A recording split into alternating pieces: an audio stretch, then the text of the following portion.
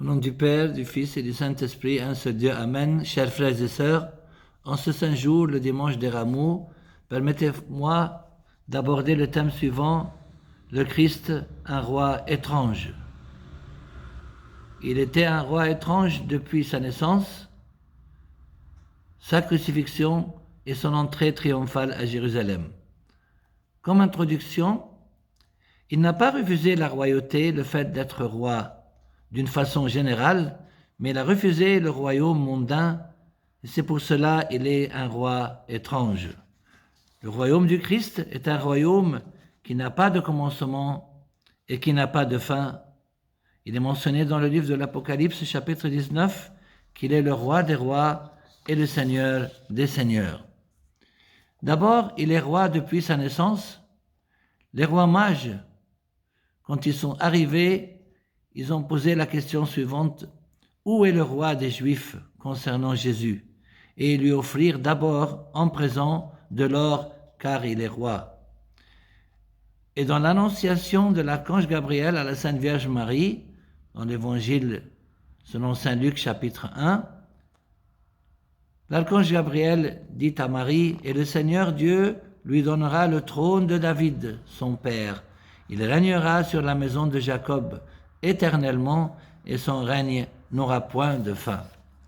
Et nous appelons le Christ dans nos chants le roi de la paix, en copte, Epuru Entetihirini. Et dans le sein du Père, dans le sanctuaire, nous trouvons toujours l'icône du Christ assis sur son trône, que nous appelons le Pantocrator, c'est-à-dire le Tout-Puissant. Il était aussi roi sur la croix. Dans le dernier psaume de la 6e heure de l'Agbeya, notre livre de prière, et dans le premier psaume de la 9e heure du même livre, l'Agbeya, le début du psaume dit « Le Seigneur est roi ». Et sur la croix, Pilate fit une inscription qu'il plaça sur la croix et qui était ainsi conçue: Jésus de Nazareth, roi des Juifs, comme c'est mentionné dans l'Évangile selon saint Jean chapitre 19. La royauté était aussi une des 3 tentations de Jésus sur la montagne. Il est mentionné dans l'Évangile selon saint Matthieu chapitre 4, le diable le transporta encore sur une montagne très élevée, lui montra tous les royaumes du monde et leur gloire, et lui dit: je te donnerai toutes ces choses si tu te prosternes et m'adores. Mais le Christ lui dit: retire-toi, Satan. Alors le diable le laissa. Il était aussi roi lors de sa rentrée triomphale à Jérusalem.